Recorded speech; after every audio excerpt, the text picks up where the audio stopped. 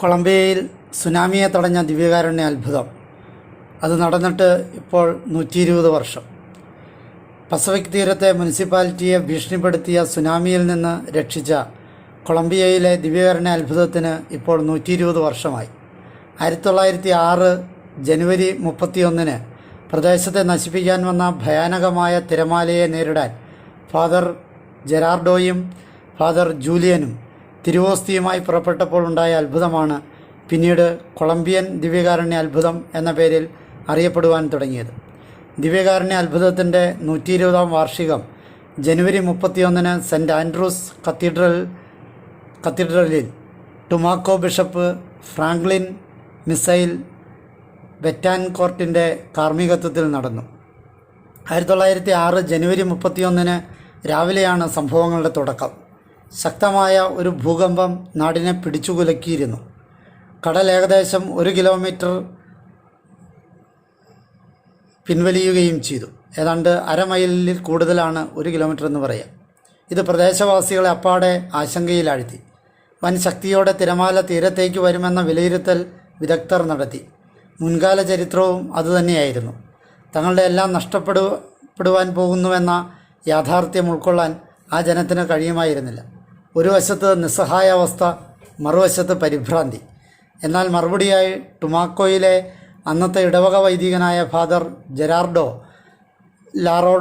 ലാറോണ്ടോ പള്ളിയിലേക്ക് ഓടിക്കയറി തിരുവോസ്തി അരളിക്കയിലേക്ക് മാറ്റി ജനത്തിൻ്റെ അടുത്തേക്ക് പോവുകയായിരുന്നു. പരിഭ്രാന്തിക്ക് നടുവിൽ കഴിയുന്ന ജനത്തോട് തിരുവോസ്തി ഉയർത്തി അദ്ദേഹം ഇങ്ങനെ വിളിച്ചു പറഞ്ഞു: എൻ്റെ മക്കളെ, വരൂ, നമുക്കെല്ലാവർക്കും കടൽ തീരത്തേക്ക് പോകാം. ദൈവം നമ്മോട് കരുണ കാണിക്കട്ടെ. ജീവൻ പോകുമോ എന്ന ആശങ്ക ഒരു വശത്ത്, മറുവശത്ത് ദിവ്യകാരുണ്യനാഥനുമായി വൈദികനും. എന്നാൽ വിശ്വാസത്തെ കുറച്ചു കാണാൻ അവർ തയ്യാറായിരുന്നില്ല. വൈദികൻ്റെ പിന്നാലെ അവർ കടൽ തീരത്തേക്ക് പോയി പ്രാർത്ഥിച്ചുകൊണ്ട് നിലയുറപ്പിച്ചു. എന്നാൽ അക്ഷരാർത്ഥത്തിൽ അവരെ ഞെട്ടിച്ചുകൊണ്ട് വളരെ വേഗത്തിൽ, വലിയ ഉയരത്തിൽ ഭയാനകമായ തിര ഉയർന്നു വരുന്നത് അവർ കണ്ടു. ഇത് കണ്ട് ജനം പരിഭ്രാന്തരാകുവാൻ തുടങ്ങിയപ്പോഴേക്കും ഫാദർ ജെറാർഡോ അരളിക്ക ഉയർത്തിപ്പിടിച്ചിരുന്നു. കുരിശിൻ്റെ രൂപത്തിൽ കടലിന് നേരെ തിരുവോസ്തി കൊണ്ട് ആശീർവദിച്ചു. ആ നിമിഷം തന്നെ ആ ജനം വലിയ അത്ഭുതത്തിന് സാക്ഷിയായി. അതിവേഗത്തിൽ വന്ന ഭീമാകാരനായ ഉയർന്ന തിരമാല പെട്ടെന്ന് കടലിൽ നിലച്ചു. അദൃശ്യശക്തി തടഞ്ഞതുപോലെ കടൽ അതിൻ്റെ സാധാരണ നിലയിലേക്ക് മടങ്ങി.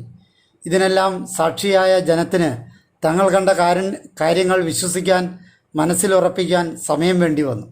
ഒരു വശത്ത് മരണഭീതി, ഒരു വശത്ത് പ്രതീക്ഷ, ഇതിനിടയിൽ കണ്ണുകൊണ്ട് നേരിട്ട് കണ്ട മഹാത്ഭുതം. ആ ദിവസം മുതൽ ദൈവം കാണിച്ച മഹാപ്രവർത്തിക്ക് നന്ദി അർപ്പിക്കുവാൻ വേണ്ടി ജനം ദേവാലയത്തിലേക്ക് ഒഴുകിത്തുടങ്ങി. വിശുദ്ധ കുർബാനയുടെ സാന്നിധ്യത്താൽ നടന്ന അത്ഭുതകരമായ സംഭവത്തിൻ്റെ ഓർമ്മയിൽ എല്ലാ വർഷവും ആയിരങ്ങൾ ഇടവകയിലേക്ക് എത്തുന്നു. ഈ അസാധാരണ സംഭവത്തിനപ്പുറം അപ്പവും വീഞ്ഞും ക്രിസ്തുവിൻ്റെ ശരീരരക്തവുമായി രൂപാന്തരപ്പെടുന്ന എല്ലാ വിശുദ്ധ കുർബാന അർപ്പണങ്ങളിലും ദിവ്യകാരുണ്യ അത്ഭുതം നടക്കുന്നുണ്ടെന്ന് ടുമാക്കോ ബിഷപ്പ് ഫ്രാങ്ക്ലിൻ മിസൈൽ 120ാം വാർഷിക ദിവ്യബലിയിൽ പറഞ്ഞു.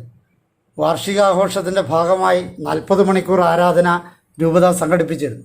ഓരോ വർഷവും ആയിരങ്ങളാണ് ദേവാലയത്തിലേക്ക് ആരാധനയ്ക്കും നന്ദി പ്രകാശിപ്പിക്കാനും കടന്നു വന്നുകൊണ്ടിരിക്കുന്നത്.